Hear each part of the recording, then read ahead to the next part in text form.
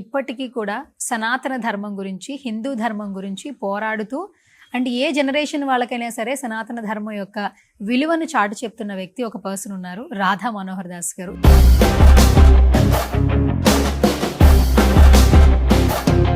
ఇప్పటికీ ఏ జనరేషన్ వచ్చినా కూడా పెద్దవాళ్ళు పిల్లలకు చెప్పే మాట ఏంటంటే, కాశీకి వెళ్ళడం అనేది మనం అనుకుంటే కాదు, ఒక యోగం అనేది ఉండాలి అంటారు.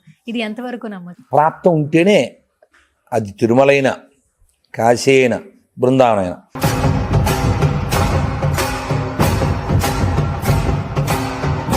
ప్రతిసారి మిమ్మల్ని గమనిస్తుంటే మీ వేషధారణ కొంచెం డిఫరెంట్గా ఉంది. ఈ స్పిరిచువల్ జర్నీలోకి ఎప్పుడు అడుగు పెట్టారు మీరు? ఎన్ని సంవత్సరాల నుంచి మీరు ఈ జర్నీ కొనసాగిస్తున్నారు? అమ్మ నేను 22 ఏళ్ల వయసులో.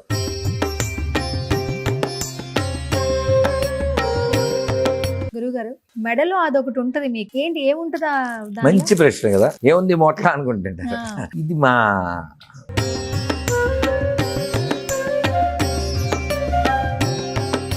రామాయణం, మహాభారతం చాలా విలువైన సంఘటనలు చూపిస్తున్నా, ఎందుకు కలియుగంలో క్రైమ్ ఇంత ఎక్కువ పెరిగిపోతుంది? కలియుగం నాన్న,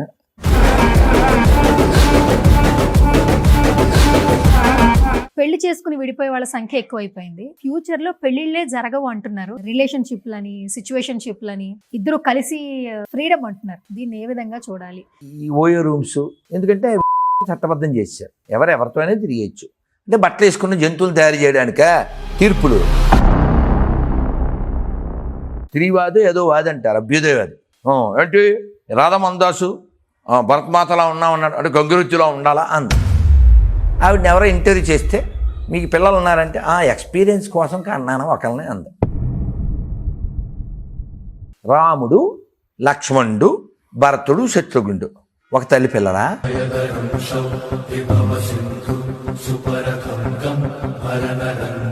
మీ నిత్య జీవితంలో అత్యంత ప్రభావం చూపినటువంటి గురువెవరు? గ్రంథం ఏంటి? నన్ను ఇలా లాక్కొచ్చిన పుస్తకం అయితే మాత్రం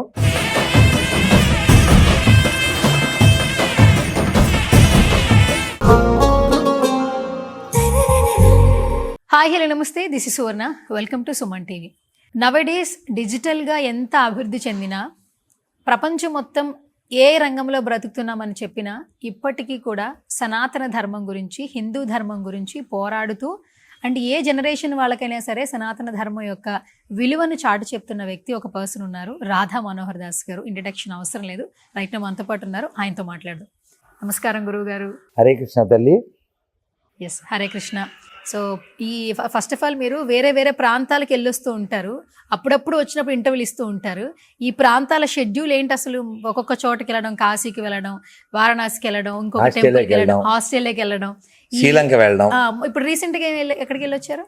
ఆపదాం అపహర్తారం ధాతారం సర్వసంపదాం లోకాభిరామం శ్రీరామం భూయో భూయో నమామ్యహం.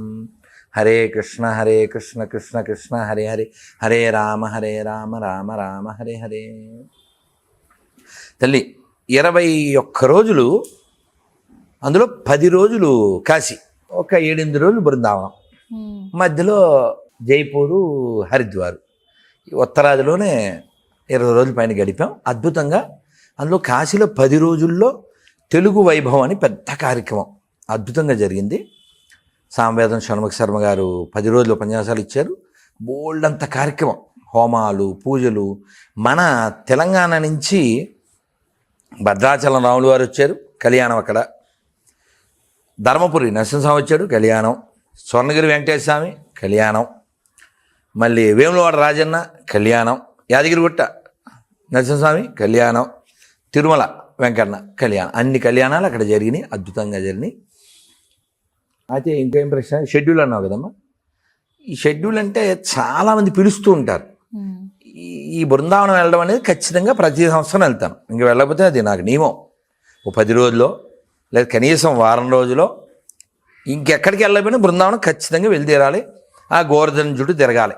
ఇప్పటి వరకు బృందావనం ఎన్నిసార్లు వెళ్ళొచ్చు అమ్మా?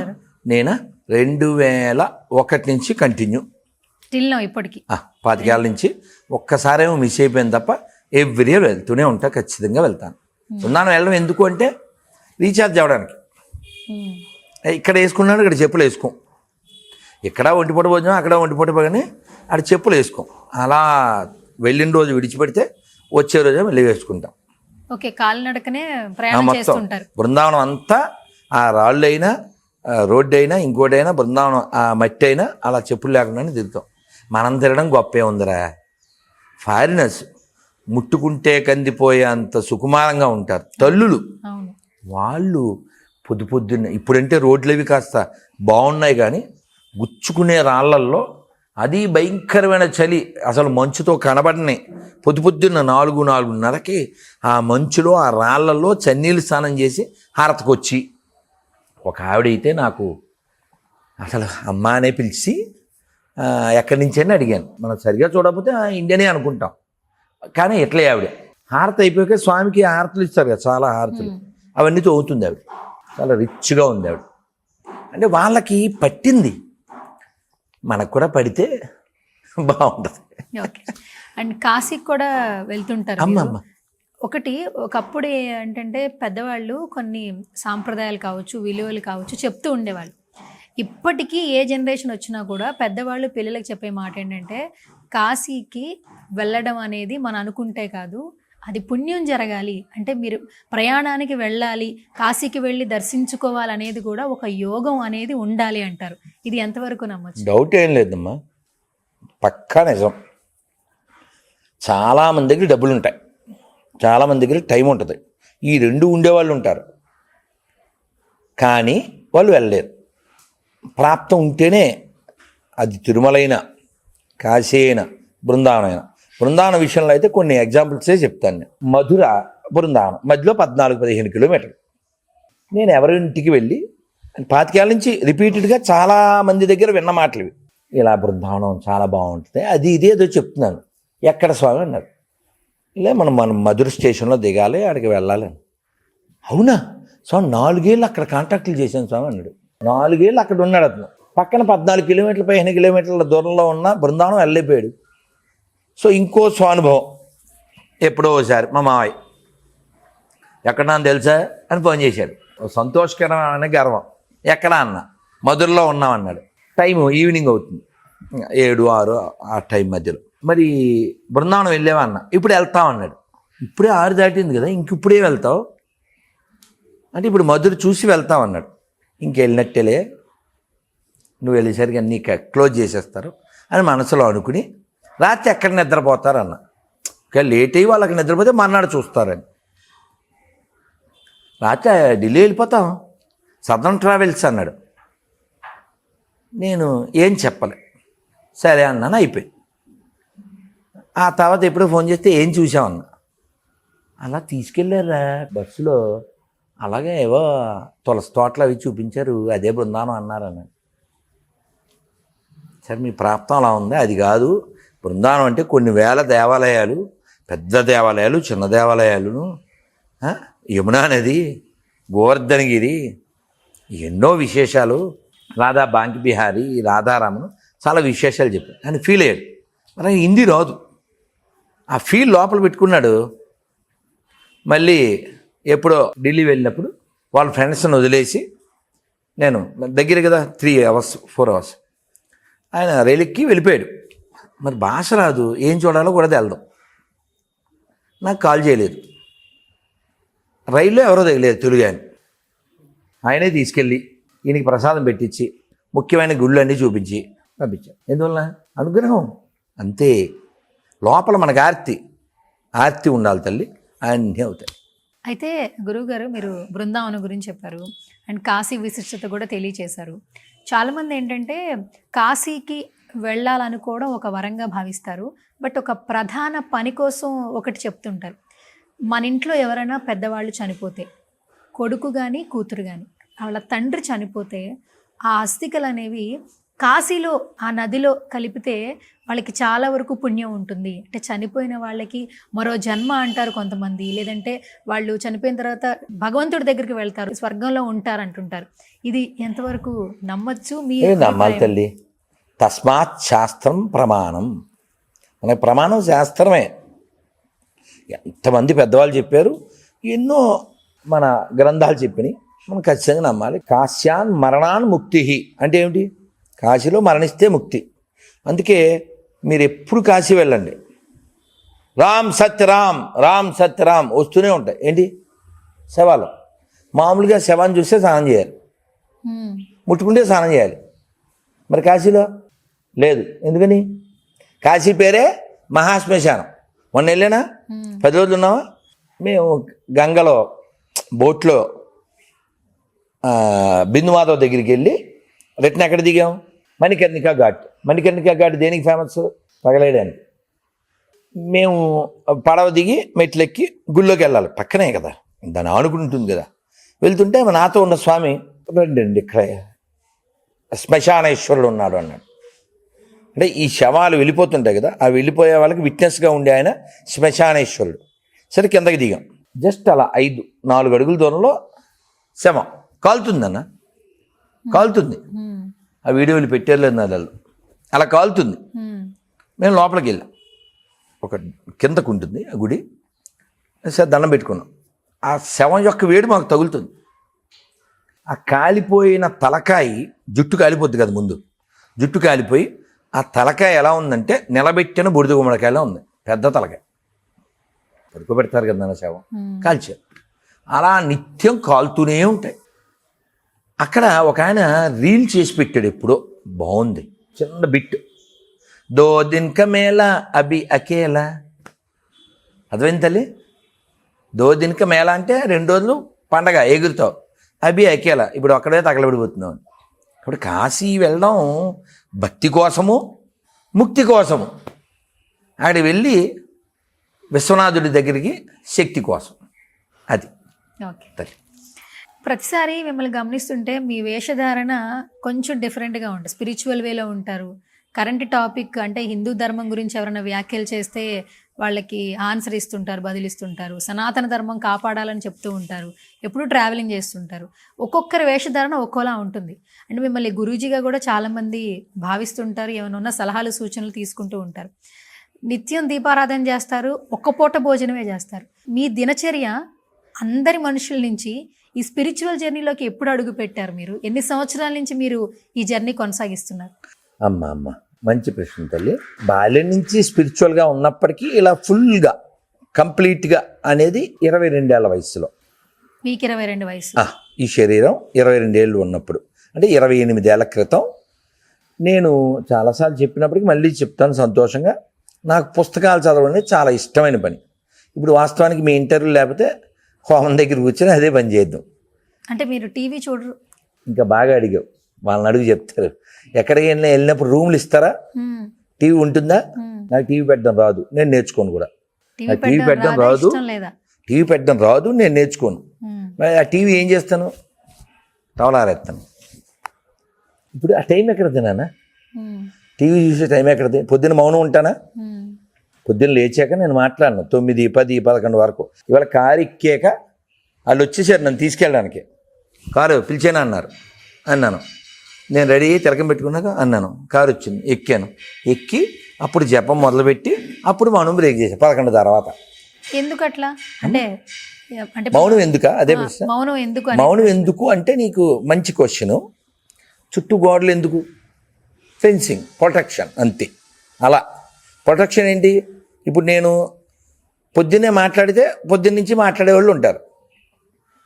నన్ను నేను ఎలా రక్షించుకోవాలి? నేను భౌతికత చదువుకోవాలా, జపం చేసుకోవాలా, హోమం చేసుకోవాలా, పూజ చేసుకోవాలా? ఇవన్నీ చేసుకోవాలంటే నా చుట్టూ ఫెన్సింగ్ ఏంటి? అదే మౌనం. ఇప్పుడు మాట్లాడరా ఆయన, ఇంక వేస్ట్గా తోడరాడు. హోమం అంటే ఎట్లా? అంటే మీకు మీరు సమాజం కోసమా లేదంటే ఏంటి, దేని గురించి? సరే, మంచి ప్రశ్న, ఇది కూడా మంచి ప్రశ్న అమ్మా. మామూలుగా అన్నమయ్య జ్ఞాన యజ్ఞము అని మంచి అద్భుతమైన కీర్తన ఉంటుంది, ఎప్పుడైనా విను. చాలా అద్భుతమైనటువంటి భావన. మేము నెయ్యి వేసి, కట్టెలు వేసి, పిడకలు వేసి మామూలు హోమం చేస్తాం. ఆ హోమంలో ఈ ద్రవ్యాలు వేసి మేము చదవలసినవి చదివి, గోవిందనామాలు చదివేసి అంతటితో హోమం అయిపోతుంది. తర్వాత అసలు ఏమిటి? అసలు 20, 30, 40 పుస్తకాలు పెట్టుకుంటాం, డిపెండ్స్ ఆన్ టైం. వాటిల్లో ఒక పేరా నుంచి ఇంకో పేరా, మధ్యలో ఒక పేరా లేదా 2 పేరాలు, ఓ పేజీ 2 పేజీలో నువ్వు వచ్చావా చదువు. తెలుగు రాదు, ఇంగ్లీష్ చదువు. గురుగారు, మీ వస్త్రధారణ, మీ స్పిరిచువల్ జర్నీ గురించి చెప్పారు. అండ్ దట్టు మెడలో అదొకటి ఉంటుంది మీకు, అంటే ఏంటి ఏముంటుందా? మంచి ప్రశ్న కదా. పాప తెలియని వాళ్ళు ఏముంది మొట్లా అనుకుంటుంటారు. ఇది మా ఏం చెప్పాలి, పవర్ పాయింట్. పవర్ పాయింటా? ఎనర్జీ. నీకు చెప్పాలంటే జనరేటర్. ఇందులో జపమాల ఉంటుంది. జపమాల. ఈ జపమాల పోనీ you want to see. Actually ఇక్కడ కూడా జపమాలే నో, వేసుకున్నాను. దీన్ని కంఠిమాల అంటాం నాన్న. కంఠిమాల. కంఠిమాల కంఠానికి తగులుతూ ఉండేటువంటి. ఇది తులసే, అది తులసే, కాకపోతే ఇది కంఠానికి నిబంధన కోసం ఇది జపం చేసేది. ఇలా తులసిమాల గురుగారు ఇస్తారు. దీంతో మేము ఉదయం మా పూజ అయిన తర్వాత లేదు ముందుగాను హరే కృష్ణ కృష్ణ కృష్ణ హరే హరే, హరే రామ రామ రామ హరే హరే, హరే కృష్ణ కృష్ణ కృష్ణ హరే హరే, హరే రామ రామ రామ హరే హరే, హరే కృష్ణ కృష్ణ కృష్ణ హరే హరే, హరే రామ రామ హరే. జపం చేయడానికి ప్రధానమైనటువంటి. ఎందుకని మెల్ల వేసుకోవడం అయిపోయాక పక్కన పెట్టేయచ్చు కదా. కానీ మీరు అదే వస్త్రధారణతో ఉంటారు ఎప్పుడు. ఎందుకు అంటే నేను కూడా మా గురువు గారిని క్లాస్ అయిపోయిన తర్వాత ఎనీ క్వశ్చన్స్ అన్నప్పుడు ఇలాంటి క్వశ్చన్లు అడిగాను, అందుకని ఆన్సర్ చెప్తాను. Better to wear always keep with you అన్నారు. ఎందుకు అంటే ఏమో ఎప్పుడు మృత్యువు పిలుస్తుందో మనకు తెలియదు కదా. అవునా? నిత్యం సన్నిహితో మృత్యు కర్తవ్యం హరికీర్తనం. Whenever you get time, chant. Don't say can't. If you chant, you will get whatever you want. Otherwise you become an ant or elephant. What do you want? మీరేం చదువుకున్నారు? ఏం చదవాలి, ప్రపంచం. ఇంగ్లీష్ వచ్చింది కదా మరి. ఇంగ్లీష్ ఎందుకు రాదు? మా గురువు గారు ఇంగ్లీష్లో చెప్తే నేను తెలుగులో చెప్తాను. అలా బోల్డ్ మంది ఫారినర్స్కి చెప్పాను. ఇంగ్లీష్ క్లాసులు చెప్తారు కదా, ఒక్కసారి మాత్రం నేను వాళ్ళ స్లాంగ్ పట్టుకోలేకపోయాను. ఆయన చాలా డిఫరెంట్. ఆయన అమెరికన్, వీర్ కృష్ణ స్వామి అని. 170 విలేజ్ అన్నారు. నాకు కాలేజీలో వినపడింది. నేను కాలేజ్ అన్నాను. మా గురుగారితో ఇంక నేను ఆయన ఎదురుగా కూర్చున్నారు. ఆయన ఇంగ్లీష్లో చెప్తే నాకు జ్యూస్ తాగినట్టు, కొబ్బరి నీళ్ళు తాగినట్టు. సో ఆ ఇంగ్లీషు అంటే మిగిలిన చాలామంది వెస్టర్నర్స్కి చేశాను, కానీ అదొకటే అర్థం కాక ఇంకా దాన్ని డ్రాప్ అయిపోయి. సో సో కాబట్టి మనకి ప్రధానమైనది ఏమిటంటే అమ్మ, ఈ భౌతికమైనటువంటివి అన్నీ తాత్కాలికమైనవి. అవునా? నువ్వు గమనించు తల్లి, ఎవరైనా ఒక వ్యక్తి మేల్ ఆర్ ఫిమేల్ 2 రోజులు స్నానం చేయలేదనుకో, వీ కాంట్. పళ్ళు తోమలేదనుకో, వీ కాంట్. ఎందువల్ల? ఈ శరీరం ప్రొడ్యూస్ చేసేవన్నీ మనకు అక్కర్లేనివే. అవునా? మరి ఈ శరీరం ఎందుకు ఇచ్చాడు భగవంతుడు? బుద్ధివాడి మన తెలివితేటలతో భగవంతుడిని పొందడానికి కదా. మనం ఏం చేస్తామంటే ఇది ఉంటుంది అనుకుని, ఇది ఉంటుంది అనుకుని దీనికి రంగులేసి హంగులు చేసి చివరికి బొంగుల మీద పడుకోబెట్టి తీసుకుపోతారు. అప్పటిదాకా ఏదో అల్లరి చేస్తూ ఉంటాం. నేను అందుకే చూడు, సామెతలు కూడా ఉన్నాయి. తాత పెళ్లి చేసుకుంటావా అంటే వాడు ఏమనాలి? బుద్ధి జ్ఞానం ఉన్నవాడు ఏమనాలి? ఊరుకోరా 70+, 60+ పెళ్ళిళ్ళు ఏమిటారు నీ మోకం అనాలి. వాడు ఏమంటాడు? ఎవరిస్తారు అంటాడు. నిన్న చూశాను, వాడు ఎవడో ఏదో దేశంలో వాడికి 75 అంట, ఆ పిల్లకి 13 అంట. వాడికి పెళ్ళి, వాళ్ళకి మామూలే కదా, వాళ్ళకి వయసుతో సంబంధం లేదుగా. అటువంటి జాతి ఉంది అనుకోండి, అది వేరే కథ అమ్మ. సో కాబట్టి ఆధ్యాత్మిక జీవితం అనేది మనిషికి ప్రధానం. ఆధ్యాత్మిక జీవితం అనేది మనిషికి ప్రధానం, కరెక్టే కాదనట్లా. విలువలతో కూడిన జీవితం గడపండి భగవద్గీతలో, రామాయణంలో ఉంది స్పష్టంగా. మరి అంత విలువ ఉన్నటువంటి వ్యాఖ్యలున్నా రామాయణం, మహాభారతం చాలా విలువైన సంఘటనలు చూపిస్తున్నా కళ్ళ కట్టినట్లు, మరి ఎందుకు కలియుగంలో క్రైమ్ ఇంత ఎక్కువ పెరిగిపోతుంది? నువ్వే ఆన్సర్ ఇచ్చావు నాన్న. ఎందుకు? నువ్వే ఇచ్చావు ఆన్సర్.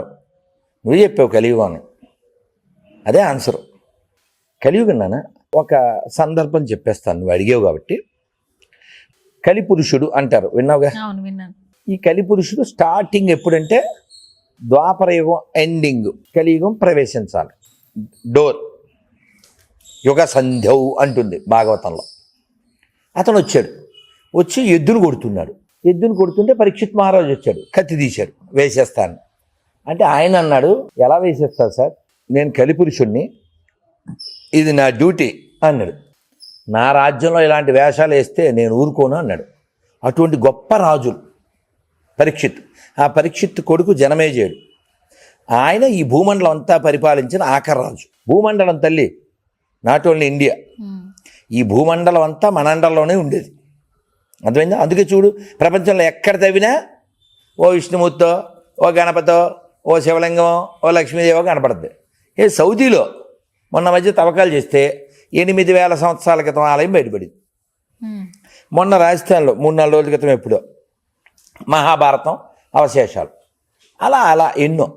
సో కలియుగం యొక్క లక్షణం డిక్రీజ్ అవుతూ ఉంటుంది. అది కూడా భాగవతంలో 1వ స్కందంలో 1వ అధ్యాయంలో 10వ శ్లోకంలో చెప్పారు. ఈ లక్షణాలు అవన్నీ అట్లే ఉంటాయి, కానీ అలా వదిలేయకూడదు మనం. దానికి మా గురుగారిని ప్రభుపాదుల వారిని అడిగితే, అఫ్కోర్స్ వాన వస్తుంది, నువ్వు బయటికి వెళ్ళాలి, అలా వెళ్ళావు, ఎలా వెళ్తావు? శాస్త్రం అనే గొడుగు వేసుకుని జీవించండి. కలియుగం ఇలా డిక్రీజ్ అవుతూనే ఉంటుంది అన్న. మీరు ఇంతకుముందు చెప్పారు గురుగారు, 22 ఏళ్ల వయసు నుంచి ఈ స్పిరిచువల్ జర్నీ నాకు స్టార్ట్ అయిందని. మీ జీవితంలో వివాహం అయిందా? లేదు తల్లి. ఎందుకు వివాహం చేసుకోలేదు మీరు? ఇది మంచి ప్రశ్న. నేను యాక్చువల్గా 17 years ఉన్నప్పుడు ఇంట్లోంచి వెళ్ళిపోయాను. ఎక్కడికి వెళ్ళిపోయారు? ఆర్ఎస్ఎస్లో జాయిన్ అయిపోయాను. ఆర్ఎస్ఎస్లో. సో అలా జాయిన్ అయిపోయిన తర్వాత మళ్ళీ వచ్చి కొన్నాళ్ళు ఉన్నాను. కానీ ఒక సామెతకి నేను సరిపోతానని ఫీల్ అవుతాను. ఏంటిది? తిరిగే కాలు, తిట్టే నోరు, పెట్టే చెయ్యి. సో అందువల్ల నేను ఉన్నాను కొన్నాళ్ళు మళ్ళీ. కానీ పుస్తకాల పిచ్చ నాకు అప్పుడు ఇప్పుడు ఉంది.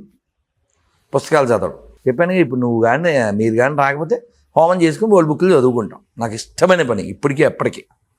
అలా ఒక స్నేహితుడు నాకు పుస్తకం ఇస్తే ఆ పుస్తకం చదివి, అది కూడా నేను గుడ్డిగా చదవను, లాజికల్, ఏమిట్రా ఎలా చెప్పాడు ఈయన అని వాడిని ఒక వారం 2-3 వారాలు వాడిని వేధించి వాడితో వాదించి కన్విన్స్ అయిన తర్వాత ఆ బుక్ అంతా చదివేశాను.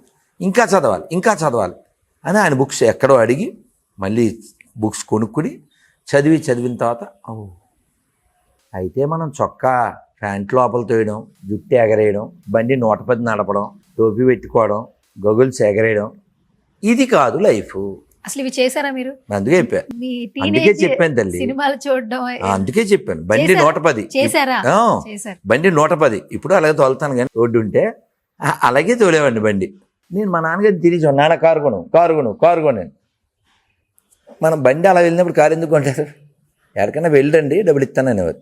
సో ఆ మెంటాలిటీ ఆ ఏజ్లో ఉంటుంది కదన్న.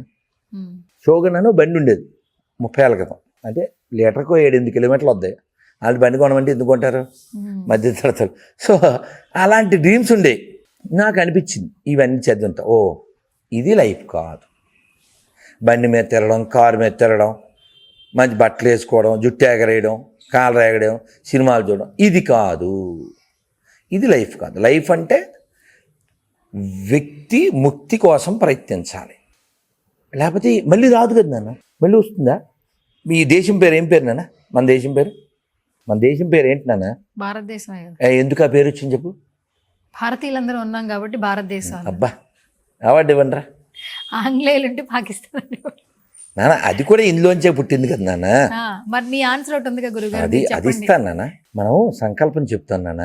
అప్పుడు భరతవర్షే భరతఖండే అని చదువుతాం. అవును. ఈ పేరు ఎందుకు వచ్చిందని ఈ మొత్తం ఈ భూమండలం అంతా ఇలావృత వర్షం అని పిలువబడేది. దీన్ని భరత మహారాజు 36,000 సంవత్సరాలు పరిపాలించాడు. ఇప్పుడు నోరు తెరుస్తాను అంతేమన్నా బతికితాడా అంటావు. కానీ రాములు వారు వాళ్ళ నాన్నగారి పేరేంటి? దశరథ మహారాజు. ఆయన 60,000 సంవత్సరాలు పరిపాలించాడు. 60,000 సంవత్సరాలు. 60,000 సంవత్సరాలు బ్రతికున్నాడు. మరి అంతే కదా నాన్న. అప్పుడు రాముడు ఎన్నాళ్ళు ఉన్నాడు భూమి మీద? దశవర్ష సహస్రాన్ని దశవర్ష శతానిచ. సహస్రం అంటే 10,000, శతానిచ అంటే 100. 10 వందలు ఎంత నాన్న? 1000. 10,000 11,000 సంవత్సరాలు ఉన్నాడు భూమి మీద రాముడు. వాళ్ళ నాన్నగారు 60,000. ఏంటండి ఇవన్నీ నేను అనుకుంటారు ఈ కామెంట్లో వచ్చే పొట్టి బొర్రలో మట్టి గొర్రెలో. సో ఇప్పుడు నీకు దానికి ఊరికే లాజిక్ కోసం చెప్తున్నా. మళ్ళీ టాపిక్లోకి వెళ్దాం. చీమలు అలా బారుగా వెళ్తున్నానన్న, నువ్వు నోట్లో నీళ్ళు పోసుకుని అన్నావు. ఏమొచ్చినట్టు వాటికి? సునామీయేనా? ఉమ్, సునామీయా నీకు? కాదు, దాని సునామీ అది. నువ్వు సునామీ సృష్టించావా లేదా? ఉమ్, అలాగా వాటి స్పాన్ ఎంతనా? చీమలు తెలుసా? 1 వీక్, 1 వీకే వాటికి 100 ఏళ్ళు. ఉమ్, అలా మన స్పాను అంత ఉండేది. వాళ్ళ హైట్ కూడా అలాగే ఉండేది. రాముని ఏమంటారు నాన్న? శ్రీరాఘవం, వెనకాల రాముడు ఉన్నాడుగా, అందుకని వచ్చేస్తుంది వాయిస్. ఉమ్, శ్రీరాఘవం దశరథాత్మజమప్రమేయం సీతాపతిం రఘుకులానైవ రత్నదీపం ఆజానుబాహుమరవిందదలాయతాక్షం రామం నిశాచర వినాశకరం నమామి. తెలుసమ్మా ఆజానుబాహు అంటే? ఉమ్. నిలబడితే మోకాళ్ళకి చేయి తాగలాలి, ఇలా కూర్చున్నప్పుడు కాదు. అది తల్లి. ఓకే, సరే. స్పిరిచువల్ జర్నీ స్టార్ట్ అయింది. ఎంతో మందికి మీరు అంటారు కదా భక్తి ముక్తి అంటున్నారు. ప్రజెంట్ అయితే భక్తిలో ఉన్నారు. ముక్తి ఏమైనా వచ్చిందా? ఎన్ని సంవత్సరాలు ఈ జర్నీ? వివాహం చేసుకోలేదు. లేదని తల్లి, మీరు మంచి ప్రశ్న. త్యాగరాజ వారు ఏం చెప్పారు?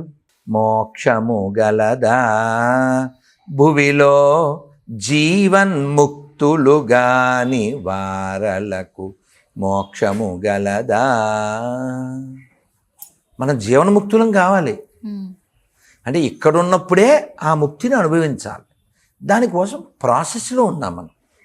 దానికోసం భగవద్గీతలో 15వ అధ్యాయంలో 7వ శ్లోకంలో చెప్పినట్లు కర్షతి. కర్షతి అంటే ఫైటింగ్. ఎవరితో? ఇంద్రియాలు మనస్సుతో కూడి ఉంటాయి. ఈ వీటిని మనం అణచడం కోసమే ఇందాక చెప్పిన మౌనము, హోమము, జపము, పూజ, ఏకాదశి, ఉపవాసం, ఇవన్నీ అందుకో. గురుగారు, ఇప్పుడు కూడా ఒకప్పటి సినిమాలు చూస్తే అంటే మన చరిత్రనే కొంతమంది సినిమాలుగా తీశారు. అప్పట్లో మహా ఋషులు, మునులు చాలా యాగాలు, హోమాలు చేసేవాళ్ళు. అంటే వాళ్ళు ఎలాంటి దీక్ష అంటే కఠోర దీక్ష. ప్రాణం పోయే సిచ్యువేషన్ వచ్చినా ఆ లాస్ట్ మినిట్ వరకు కూడా భగవంతుని దీక్షలో భగవంతుని స్మరించుకుంటూ ఉంటే భగవంతుడు ప్రత్యక్షం అవుతాడు. ఇది మన సినిమాలో చూస్తాం. నిజంగానే రియాలిటీలో ఇవి జరిగాయా ముందు? అంటే మనం పుట్టక ముందు, మన గత జన్మలకు ముందు జరిగిన వాస్తవాలనే మనం సినిమాలుగా చూస్తున్నాము. నిజంగానే భగవంతుని ఆ ప్రెజెన్స్ అనేది, మోక్షం అనేది ఆ హోమం చేసిన వాళ్ళందరికీ నిజంగానే భగవంతుని అయ్యో తల్లి బలివద్దని నాన్న. ఇప్పుడు చాలా ఉదాహరణలు ఉన్నాయి. అంటే నేను ఎప్పుడో కృత ద్వాపర త్రేతాయుగాల దగ్గర పోవద్దు. ఈ యుగంలో మనం భాగవతం పేరు విన్నాం కదా. ఈ భాగవతం సప్తాహంగా చేస్తారు. 7 రోజులు శాస్త్ర ప్రకారం రోజు చదవాలి. నిత్యం భాగవత సేవయ సరే అవ్వకపోవచ్చు, వారం అన్నా చదవాలి. ఎవరన్నా చెబితే వినాలి. అలాంటివి ఎప్పుడెప్పుడు జరిగినాయి అన్నారు. కలియుగం ప్రారంభమైన మొదటి వారంలోనే జరిగింది అలా. తర్వాత మళ్ళీ కొన్ని 100 ఏళ్ళకి ఒక ఆయనకి పిశాచ జన్మ వచ్చింది. ఎందుకు వచ్చింది? వాడి పేరు దుందుకారి. పేరుకు తగ్గట్టే వాడు దుందుడుగ్గాడు. వాడు వాళ్ళ నాన్నని చంపేశాడు, వాళ్ళ అమ్మని చంపేశాడు. ఎవరెవరితోనో ఇంటికి తెచ్చుకుని ఆడవాళ్ళతో తిరుగుతూ ఉండేవాడు, దొంగతనాలు చేసేవాడు. వాళ్ళు ఏం చేశారు? ఆ వేశ్యలు, వీడు రాజుగారి దగ్గర అంతఃపురంలోకి వెళ్ళి అవన్నీ దొంగతనం చేశాడు, వీడిని పట్టుకోవడానికి పోలీసులు వస్తారు, అప్పుడు మన్నబట్టుకుంటారని వాడిని చంపడానికి చాలా ట్రై చేస్తే వాడు చావకపోతే కుంపట్లో నిప్పులు ఆడి మీద పోసి ఆడి నోట్లో పోసి దీంట్లో పెట్టి చంపేశాడు. బలవనం అన్నాం కదా. వాడు పిశాచం అయిపోయాడు. వీళ్ళ అన్నయ్య ఒక అన్నాడు, ఆయన చాలా పుణ్యాత్ముడు, తపశ్శక్తి కలిగిన వాడు. ఆయన పాపం ఎక్కడో దేశాటని వెళ్ళి ఎన్నో ఏళ్ళకి ఇంటికి వస్తే ఇంటికాడ ఎవరు లేరు, అరుగు మీదే పడుకున్నాడు. ఇది భాగవత మహత్యంలో వస్తుంది. వీడు పిలిచాడు అన్నయ్య అని. వీడు మనిషి కనపట్టలేదు. మనమైతే భయంతో పోతారు, చంద్రముఖి అని. ఈయన సౌండ్ ఎక్కడి నుంచి వస్తుంది అని చూస్తే అన్నయ్య నేనే అన్నాడు. ఏమైంది అని అన్నారు. ఇలా పిశాచి అయిపోయాను అన్నయ్య, సో ప్లీజ్ హెల్ప్ మీ అన్నాడు. ఈయన అదంతా శుభ్రం చేయించి అక్కడే భాగవత సప్తాహం మొదలుపెట్టాడు. భాగవతం చెప్తూ ఉన్నాడు. వీడు ఒరే నువ్వు ఎక్కడ ఉంటావురా అన్నాడు. అన్నయ్య నేను ఈ వెదురు మనం తిట్టుగా భావిస్తున్నారు ఇప్పుడు. బొంగు అంటే నాట్ తిట్టు, బొంగులో బిర్యానీ అంటుంటారు, అంటే వెదురు బిర్యానీ. ఇందులో కణుపులు అన్నీ ఉంటాయి, ఇందులో ఉంటాను అన్నయ్య అన్నాడు. ఒక్కొక్క రోజు ఒక్కొక్క కణుపు ఈయన భాగవతం చెప్పడం ఒక్కొక్క కనుపు విరిగిపోవడం. ఇతను మోక్షం వచ్చిందని ఎలా తెలుస్తుంది? అక్కడ బోళ్ళు వేల మంది వచ్చారు. ఆఖరి రోజు ఎప్పుడైతే భాగవతం అయిపోతుందో అప్పుడు అది మొత్తం పగిలిపోతుంది అని చెప్పాడు. అలా రోజు భాగవతం చెప్పాడు. ఆఖరి రోజు అది పగిలిపోయింది, కూలిపోయి అతను మోక్షాన్ని చేరాడు. అంత కలియుగంలో నేర్పేది. సరే, ఇంకా కొంచెం ముందుకు వచ్చేద్దాం. అది స్టార్టింగ్. రామదాస్ గారు ఏనాళ్ళు 400 ఏళ్ళు, అన్నమయ్య 600 ఏళ్ళు, త్యాగరాజ స్వామి గారు గట్టిగా 170, 200 ఏళ్ళు వాళ్ళంతా మోక్షం పొందారు. కాబట్టి దైవం ఉన్నాడు, రియాక్ట్ అవ్వడానికి సిద్ధంగా ఉన్నాడు, మనం తగ్గట్టుగా ఉండాలి అంతే. ఓకే గురూజీ, ముహూర్తం అనేది ఒకటి ఉంటుంది ప్రతి పనికి. కొంతమంది ఏంటంటే పెద్దవాళ్ళు బ్రహ్మ ముహూర్తంలో ఏ పని చేసినా నిష్టగా చేస్తే మీరేమనుకుంటే అది అయిపోతుంది అంటారు.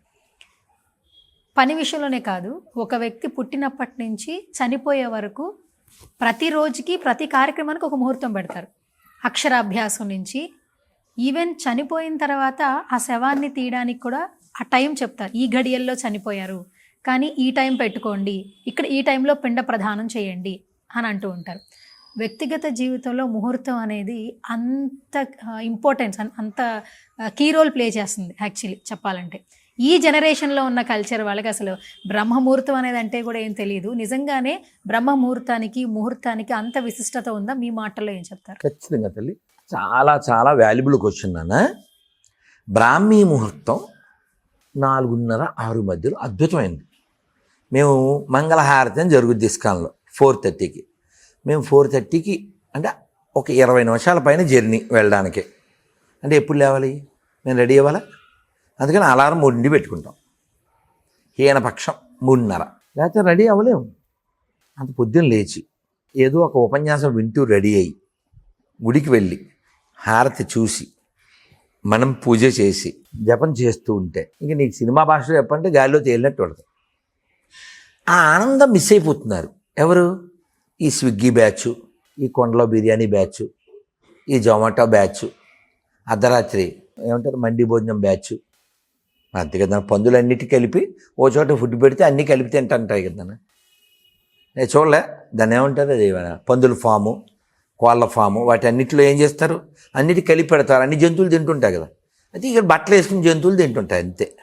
అది పంది భోజనం, అదే మీరు మండి భోజనం అంటారు, వేరే కథ.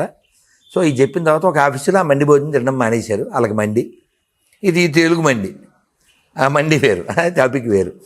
సో కాబట్టి ఇది తమో గుణానికి సంబంధించింది అలా తినడం. కానీ పొద్దున్న లేవడం అనేది ఎలా చూసినా లాభమే. ఏంటి, దేవుడు నమ్మడం అన్నోడు కూడా లాభం. బ్రాహ్మీ మొత్తం యొక్క effect not only for believers, ఆస్తికులకే కాదు, దేవుడు లేడు అన్నోడు కూడా లాభమే పొద్దున్నే లేవడం. అలా లేచి వాళ్ళ యొక్క దిన కృత్యాలను మొదలుపెట్టిన వాళ్ళలో మనకు చాలా మంది ఫేమస్ వ్యక్తులు అందరూ ఉంటారు పొద్దున్న లేవడంలో. ఇప్పుడు మోడీ గారు కావచ్చు, అప్పుడు మన సీనియర్ ఎన్టీఆర్ కావచ్చు కదా, పెద్ద ఎన్టీఆర్. 4 గంటలకే మస్ట్, అది మస్ట్ అంటే మస్ట్. నేను విన్నాను, ఆ ఇంటి ముందు ఇసుక ఉండేదంట, ఓ లారీ ఇసుక లేదా ట్రాక్టర్ ఇసుకో, ఇటు నుంచి అటు కొట్టేవారట. ఎన్టీఆర్ గారి అటు కొడితే నెక్స్ట్ డే అటు నుంచి. సో అలా ఉండడం అంటే కాలాన్ని సద్వినియోగం చేసుకోవాలంటే పొద్దున్న లేవాలి. అది ఎలా చూసినా లాభమే నాన్న. ఒకవేళ నువ్వు దేవుడు లేడు అన్నవాడికి కూడా అది లాభమే, చదువుకునేవాడికి లాభమే, వ్యాపారస్తుడికి లాభమే. ఎందుకంటే చాలా పనులు అయిపోతాయి, చాలా మంచి పని అవుతుంది. అలాగే ఇంగ్లీష్లో చెప్పు, early to bed, early to wake up, healthy wealthy wise. కాబట్టి తెలివైన వాళ్ళ పని అంతే. బ్రాహ్మీ ముహూర్తంలో లేవడం తెలివైన వాళ్ళ పని అంతేనన్న. ఇప్పుడు ఏదైనా సరే కల్చర్ అందరికీ బాగుంటే హ్యాపీగా ఉంటుంది ఎవరికైనా అడాప్ట్ చేసుకోవడానికి. నవేడేస్ ఏంటంటే కల్చర్ రావడం వల్ల వేసుకునే దుస్తుల దగ్గర నుంచి చేసే పనుల వరకు అన్ని పనులు మారిపోయాయి. భారతదేశం అనేది సంస్కృతి సాంప్రదాయాలకు నిలయం అని అంటూ ఉంటారు. కోటి దీపోత్సవం ఎప్పుడు జరిగిన కార్తీక మాసంలో ఫారినర్స్ వచ్చి ఇక్కడ దీపాలు వెలిగిస్తుంటారు. మన కల్చర్ని వాళ్ళు అడాప్ట్ చేసుకున్నారు. నవేడేస్ మనం చూస్తే ఈ పెళ్లి చేసుకుని విడిపోయే వాళ్ళ సంఖ్య ఎక్కువైపోయింది. అది కూడా పక్కన పెడితే ఫ్యూచర్లో పెళ్ళిళ్ళే జరగవు అంటున్నారు. ఎందుకంటే ఇప్పుడు రిలేషన్షిప్లని, సిచ్యువేషన్షిప్లని ఇద్దరు కలిసి ఒకే ఇంట్లో ఉండడం, వివాహం జరగకుండానే అలాంటివి జరుగుతూ ఉన్నాయి, ఇంకా జరగబోతాయని అందరూ చెప్తూ ఉన్నారు. ఇది ఫ్రీడమ్ అంటున్నారు. దీన్ని ఏ విధంగా చూడాలి? ఫ్యూచర్ నిజంగానే వివాహానికి ప్రాముఖ్యత ఉండదా? అసలు ఏం జరగబోతోంది? ఇలా ఎందుకు జరుగుతుంది అంటే, ఈ ప్రపంచం అంతా కుటుంబం అని భావించేటువంటి జాతి ఒకటే ఉంది, అది హిందువుల జాతి. వసుదైవ కుటుంబకం. ఇందులో ఒక ఆయన అడ్డనామాలు పెడతాడు, ఒక ఆయన నిలువు నామాలు పెడతాడు, ఒక ఆయన బొట్టు పెట్టుకుంటాడు, ఒక ఆయన బొట్టే పెట్టుకోడు. దేవుడికి రూపం ఉందంటాడు ఒక ఆయన రూపం లేదంటాడు. కానీ వీళ్ళందరూ ఒకే భూమి మీద ఉంటారు. అది భరత జాతి. వీళ్ళందరూ అలా ఉండడానికి కారణం కుటుంబం. అలాంటి వాటిలో పెద్ద కుటుంబం శివుడిది. వెనకాల శివుడు ఉన్నాడు. శివుడి భార్య పార్వతి, వాళ్ళ పిల్లలు గణపతి, సుబ్రహ్మణ్య స్వామి. వాళ్ళ వాహనాలు అమ్మవారికి సింహం, స్వామివారికి ఎద్దు నంది, గణపతికి మూషికం, సుబ్రహ్మణ్య స్వామికి నిన్నే సుబ్రహ్మణ్య షష్ఠి పీకాక్ నెమలి. శివుడి మెల్లో ఉండేదేంటి? పాము. పాము ఇప్పుడు ఎవరిని కొట్టేద్దామని చూద్ది? ఎలకని. నెమలి ఇప్పుడు ఎవరిని కొట్టేద్దామని చూద్ది? పావుని. సింహం ఎప్పుడు ఎవరిని కొట్టేద్దామని చూద్ది? ఎద్దుని. అసలు వాళ్ళకి పడనే పడదు, కానీ వాళ్ళంతా కలిసి ఫ్యామిలీలో ఉంటారు. అలా ఉండాలి, శివ పరివారంలా జీవించాలి. నీకు పడకపోయినా ఒక చోట కలిసి ఉండు. ఇది మన యొక్క సనాతన బ్యూటీ ఆఫ్ సనాతన ధర్మం. మరి ఇలా ఎందుకు అనేది ప్రశ్న కదా. ఈ ఓయో రూమ్స్ ఫుల్ అయిపోవడానికి కారణం ఏంటి? ఇలాంటి తీర్పులు ఇచ్చే వాళ్ళ ఇళ్లల్లో వీక్ జడ్జీలు ఉండడం వలన, వాళ్ళ కొంపల్లో ఏవో జరగడం వలన వాళ్ళు ఇలాంటి తీర్పులు ఇచ్చేయడం. ఫ్రీడమ్ ఎలా అవుతుందమ్మా? ఇప్పుడు వాడెవడో కోర్టుకి వెళ్ళాడు, సార్ ఈ పిల్లోడు నా పుట్టలేదు, ఇది ఎవరితో దిగితే పుట్టిందా అన్నాడు. జడ్జి ఏం చేయాలి? So she's a characterless, so నీ ఇష్టం బాబు అని చెప్పాలి. కానీ వాడు ఏం తీర్పు ఇచ్చాడంటే, వాడు నీకు పుట్టి ఉండకపోవచ్చు, కానీ అది నీ భార్యగా వాడిని దాన్ని నువ్వే పోషించు అని సత్రం వాడు. ఇప్పుడు జడ్జి వాళ్ళ ఇంట్లో వీకే ఉండొచ్చు, ఇంకా అందరూ వీకేనా? ఇలా కటువుగా ఎందుకు మాట్లాడుతుందని చెప్పిన ఒక లాయర్ యొక్క ఆవేదన నేను మాట్లాడుతున్నాను. సార్ ఓయో రూమ్స్ అన్ని ఫుల్ అయిపోయినాయి సార్, ఇదివరకు రైడింగ్స్ అన్నీ జరిగేవి, ఇప్పుడు ఏం జరగట్లేదు. ఎందుకంటే వ్యభిచారం చట్టబద్ధం చేశారు, ఎవరెవరితో అయినా తిరిగేయచ్చు. అంటే బట్టలు వేసుకున్న జంతువులు తయారు చేయడానిక తీర్పులు? ఖచ్చితంగా నియమాలు ఉన్నాయి. ఇప్పుడు దేవుడికి తెర వేయాలి చెప్పాను, వాళ్ళు ఏం చేస్తారు? చెయ్యి శుద్ధి చేసుకుంటారు. నీకు ఇందాక నేను జపమాలు చూపించాలి, ఏం చేశాను? చెయ్యి శుద్ధి చేసుకుని తీశాను. నియమం ఉండాలి. నువ్వు జంతువు కాదు. ఇప్పుడు పోనీ అర్థమయ్యే భాషలో చెప్పాలంటే, ఇక్కడ కూర్చున్న వాళ్ళు ఎవరన్నా వాష్రూమ్కి వెళ్ళాలి, శరీరం ఇబ్బంది పెట్టింది, మనసుతో చెప్తాడు, ఎక్కడుందని వెతుక్కుని అక్కడికి వెళ్తాడు. అదే చంటి పిల్లడు ఏం చేస్తాడు? అది గుడే, బడే, అమ్మ ఒడే, తాత ఒడే, మడే, దడే, ఏం లేదు, దేత్తడి భుజం గుడి. ఎందువల్ల? ఆడు పిల్లడు, ఆడు శిశువు, అది పశువు. బట్ మనం కాదు. అర్థమైందమ్మా? కాబట్టి ఖచ్చితంగా కుటుంబ వ్యవస్థ నాశనం చేయడం కోసం ఫ్రీడమ్ అనే పేరుతో ఇది చేస్తున్నారు. కొంచెం హార్ష్గా చెప్తున్నారు ఈ పోరంబోకులు ఎవరైతే ఈ ఫ్రీడమ్ పేరు చెప్పి స్త్రీవాదు ఏదో వాది అంటారు, అభ్యుదయవాది. ఏంటి రాధమందాసు భరతమాతలా ఉన్నాడు అంటే గంగురుత్తిలో ఉండాలా అంది. ఆవిడని ఎవరో ఇంటర్వ్యూ చేస్తే, మీకు పిల్లలు ఉన్నారంటే ఎక్స్పీరియన్స్ కోసం కన్నాను ఒకళ్ళని అంది. చూసా మొహాలు పెట్టా, అలాగే పెడతారు మరి, ఎక్స్పీరియన్స్ కోసం కూడా కంటారా? సో అలాంటి లో ప్రొఫైల్ ఇదంతా కమ్యూనిస్టులు, అంటే కమ్యూనిస్టుల యొక్క భావజాలం. ఇప్పుడు ఒకసారి ఈ నికృష్టులు, ఈ ఫ్రీడమ్ గురించి మాట్లాడే నికృష్టులు ఒకసారి ఆఫ్ఘనిస్తాన్ వెళ్ళమని వెళ్ళి వచ్చేస్తే మనం మాట్లాడుకుందాం. పాపం ఇక్కడ మన భారతదేశంలో ముస్లిం ఆడవాళ్ళకి పాపం కళ్ళు కనపడతాయంటే అదేదో హిజాబ్ కట్టుకుని కళ్ళు ఒకటి కనపడతాయి. పాపం నిన్న చూశాను, అయ్యో తల్లి మీ కర్మ అలా కాలిపోయిందిరా అనుకున్నాను. అసలు తెలియదన్న మొత్తం గోనిపట్ట పైన ఇచ్చారు. ఒక్క కన్ను చూడడానికి మొన్నటిదాకా తాలిబాన్ వాళ్ళు అనుమతి ఇచ్చారు, ఇప్పుడు 2 కళ్ళు చూడకూడదు పైన. ఇప్పుడు ఓ గోనిపట్ట తెచ్చి పైన ఇచ్చారనుకో, నువ్వెవరినన్నా ఆఫ్ఘనిస్తాన్లో ప్రజెంట్ సిచ్యువేషన్. పాప ఆ గోని పట్ట పైన వేసుకుని ఆవిడ చెప్తుంది. ఎవరో అసలు లోపల ఉన్నది ఎవరో తెలియదు. నా వాయిస్ పట్టేసుకుంటారు వీళ్ళు, తర్వాత నన్ను రేపు చేసి చంపేస్తారు, పిల్లల్ని పెంచుకోవాలి, అడుక్కోవాలి, అది కూడా చాలా కష్టంగా ఉంది. ఏం నేర్చుకోవాలి మనం వాళ్ళ దగ్గరే? పాకిస్తాన్ దగ్గర నుంచి ఏం నేర్చుకోవాలి? కాబట్టి అటువంటి పనికి మాలిన మతాల నుంచి, పనికి మాలిన కంట్రీ బ్రూట్స్ నుంచి ఈ ప్రపంచం రక్షించాలి. ఆ బాధ్యత నీది, నాది, ఆయనది. అది ఎలా సాధ్యమవుతుంది? ఓ కుటుంబ వ్యవస్థ ద్వారా సాధ్యమవుతుంది. రాముడు, లక్ష్మణుడు, భరతుడు, శత్రుఘ్నుడు ఒక తల్లి పిల్లరా? లక్ష్మణుడు, శత్రుఘ్నుడు ఒక తల్లి పిల్లలు. భరతుడు వేరే, రాముడు వేరే. కానీ ఎప్పుడైనా వీళ్ళు కొట్టుకున్నారా? అలా ఒక ఉత్తమ స్థితిలో ఉండడం కోసం కుటుంబం ఆధారం. ఆ కుటుంబ వ్యవస్థ కలిగిన గొప్ప దేశం భారతదేశం. ఈ దేశాన్ని నాశనం చేయడం కోసం విదేశీ మతాలు, విదేశీ శక్తులు పనిచేస్తున్నాయి. అందులో ఈ పనికి మాలిన తీర్పులు ఇచ్చే వాళ్ళు కూడా ఉన్నారు. అది మన దురదృష్టం. అది తల్లి. ఇప్పుడు హరే రామ అంటున్నారు. సో రీసెంట్ గా రాజమౌళి గారు అలాగే మహేష్ బాబు గారి సినిమా అనౌన్స్మెంట్ అయితే అయింది. శ్రీరాముని పాత్రలో మహేష్ బాబు గారు కనిపిస్తారని అందరికీ చెప్పడం జరిగింది. సో మీ అభిప్రాయం ఏంటి? అసలు ఎలా కనిపించబోతున్నారని మీరు అనుకుంటున్నారు? రాజమౌళి గారు మహేష్ బాబు గారిని శ్రీరాముని పాత్రలో మనం చూడడానికి ఏ విధంగా ఉంటుందని మీ భావన? వాళ్ళు సినిమా వాళ్ళు కాబట్టి వాళ్ళు ఏదైనా చేయగలుగుతారు. సహజంగానే మహేష్ బాబు అందగాడు. ఆ పాత్రని అతను పండించేలాగా దర్శకుడి చేతిలో చాలా ఉంటుంది. అది మనం ఖచ్చితంగా నమ్మాలి. దర్శకుడు చాలా చేయగలుగుతాడు. అందులో ఇప్పుడు గ్రీన్ మ్యాట్లు వచ్చింది కాబట్టి ఇంకా భయమే లేదు. పూర్వంలో అడవికి వెళ్ళక్కర్లే, అడవి గదిలోకి వచ్చేస్తుంది, నది గదిలోకి వచ్చేస్తుంది. గదిలోకి నది రావడం అనేది మన పూర్వం నుంచే ఉంది వరద వచ్చినప్పుడు. కానీ ఇప్పుడు గదిలోకే నది వస్తుంది. నువ్వెలా చెప్తావు అంటావేమో. ఏం సినిమా అమ్మది? అవతార్ 2కి వెళ్ళాం, నిద్ర వచ్చింది, వచ్చాం. అవతారం కదా, ఏదో అవతారం అని అంతా గ్రీన్ మ్యాటే.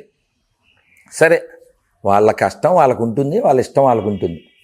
సో ఇప్పుడు రాజమౌళి వివాదం, ఆయన ఏదో అన్నాడు, అవన్నీ పక్కన పెడితే అతను ఏదో మొత్తానికి 2-3 యుగాలకి మధ్యలో 800 ఏళ్ళు ఏదేదో విన్నాం. ఏదో అటు ఇటు తిప్పి ఆయన స్పిరిచువల్ అండ్ సోషల్ రెండింటి మధ్యలో ఈ మూవీ ఉండబోవచ్చు అని talk. Rajamouli already capable, proven. So కాబట్టి అతను ప్రయత్నం మన భారతీయ సాంప్రదాయాలకి, సంస్కృతికి ఎన్హాన్స్ అయ్యేదంటే మంచిదే. అతను ఎలాగా నెగిటివ్ మెంటాలిటీ లేదు. ఏదో మొన్నేదో ఫ్రస్ట్రేట్ అయ్యి ఏదో అలా ఇదన్నా ఏమైంది అని వాళ్ళ నాన్నకు కౌంటర్ ఇచ్చినట్టుగా ఏదో అన్నాడు. అన్నంత మాత్రాన హనుమంతుడు ఏమీ అయిపోడు అనుకోడు కదా. సో కాబట్టి మనం ఈ వారణాసి సినిమా హిట్ అవ్వాలనే కోరుకుందాం. ఎందుకోసం అంటే ఎన్నో వందల మందికి మహేష్ బాబు హార్ట్ ఆపరేషన్ చేస్తున్నారు. కాబట్టి మనం ఏదైనా ఉన్నా ధర్మరాజు గారిలో ఆలోచించి రాజమౌళి ఏదో అన్నదాన్ని పెద్ద వివాదం చేయకుండా రాజమౌళిని కూర్చోబెట్టి ఎందుకన్నారో మనమే అడిగితే పోతుంది. అందుకని అతన్ని దూరం చేసుకోవడం లేదా అతన్ని నిందించడం అనేది నో నీడ్, అంతే తల్లి. గురుగారు, అయోధ్యలో రామాలయంపై ఎగురవేసిన జెండా యొక్క ప్రత్యేకత ఏంటి? చాలా ప్రత్యేకత ఉందని అందరూ అంటుంటారు. సో మీ మాటల్లో వినాలనుంది. సరే, అది వాస్తవానికి ఏమిటంటే పూర్వం ఈ రాజ్యాలు ఏ రాజ్యాలనే వాళ్ళ జెండాలు ఉండే. నీకు దీనికి ఉదాహరణ చెప్పనా? హనుమంతుడు మహాభారతంలో ఉంటాడా? రామాయణంలో కదా ఉంటాడు. మరి ఆయన మాట ఇచ్చాడు, జెండాపై కపిరాజు.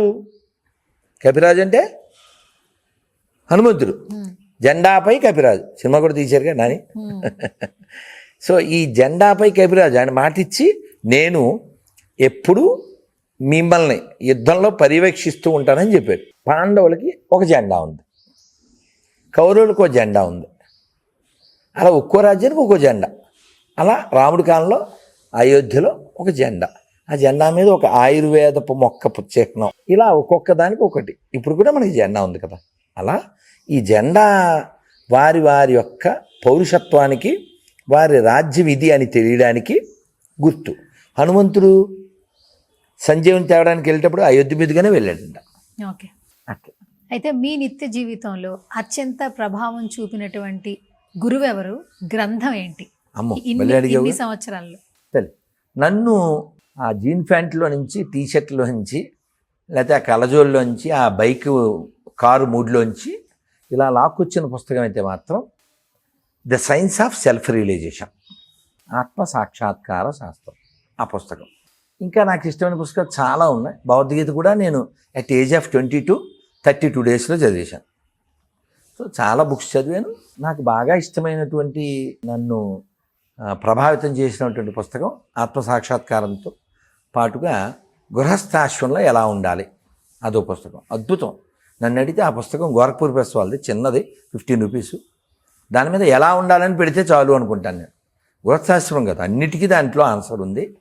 అలాగే ఇంకోటి మన ధర్మపురి లక్ష్మీనరసింహ స్వామిది నరసింహ శతకం, ఇంకా రామాయణం, భగవద్గీత, భాగవతం, చైతన్య చరితామృతం, మహాభారతం అన్నీ అద్భుతమైనవే. ఎన్నో ఎన్నో మన హృదయానికి స్వాంతాన్నిచ్చేవి, ఆనందాన్నిచ్చేవి, ధైర్యాన్నిచ్చేవి. కాబట్టి మన వైదిక వాంగ్మయం అంటే లైబ్రరీ అనుకో, చాలా పెద్దది. సో మనం అన్నీ చదవకపోయినా కొన్నన్నా చదవండి అన్నారు. అన్నీ అంటే కొండలు. అందుకని ఆ కొన్నిటిలో ఖచ్చితంగా భాగవతం ఉండాలి. ఆ భాగవతాన్ని, భారతాన్ని, రామాయణాన్ని నిత్యం చదవడం కుదరకపోయినా వింటూ ఉంటాను నేను. ఓకే. తల్లి ఇప్పుడు నవంబర్ వచ్చిందంటేనే మనకి అయ్యప్ప దీక్షలు చూస్తూ ఉంటాం. రీసెంట్గా ఒక వీడియో బాగా వైరల్ అయింది.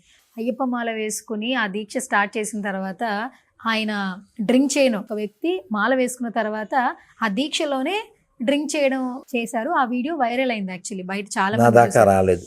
మాల వేసుకుని వాడు డ్రింక్ చేశాడంటే వాడికి అసలు ఒంటి మీద నల్ల బట్టలు కాదు, అసలు ఏ బట్టలు కూడా లేకుండా కొట్టాలి. అంటే చేసిన తప్పుకి ప్రాయశ్చిత్తం జరుగుతుందా జరగదా? ఎందుకంటే తప్పు తప్పే కాబట్టి ఎప్పటికైనా. అది కూడా అయ్యప్ప దీక్ష మాల ఎప్పుడైతే స్టార్ట్ చేస్తారో ఎంతో నియమనిస్తూ ఉంటారు కదా. ఉండాలి. అలా ఉండటం కోసమే కదా నువ్వు స్వీకరించావు. నీకు ఎవరన్నా వచ్చి మెల్ల వేసాడు ఏంటి? కాదుగా. మా చిన్నప్పుడు మా నాన్నగారు నేను పుట్టినప్పటి నుంచి ఆయన శబరిమల వెళ్తూ ఉన్నారు ఆ శరీరం వదిలే వరకు. కొన్ని పాటలు ఏంటవి?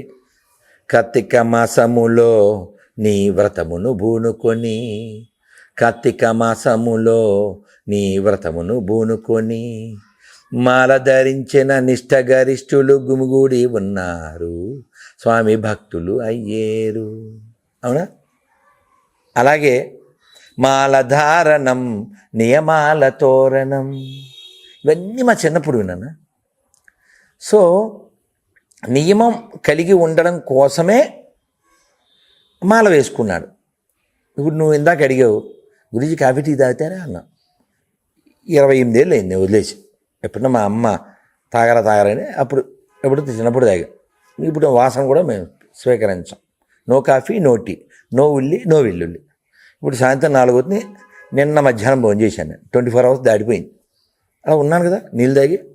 సో నియమం కలిగి ఉండాలి. నియమం కలిగి ఉంటే నువ్వు మనిషివి. నియమం లేకుండా ఉంటే జంతువువి. కనీసం ఆ 40-50 రోజులన్నా ఉత్తమంగా జీవించడానికి మాల వేసుకుని అలా పిచ్చి పనులు చేయొచ్చా? ప్రాయశ్చిత్తం ఎప్పుడు వస్తుందంటే వాడు ఫీల్ అయ్యి రిపెంట్ అంటాం, అది అవ్వాలి. భారత్ మాతకి జై. మా బంగారు తల్లికి బై.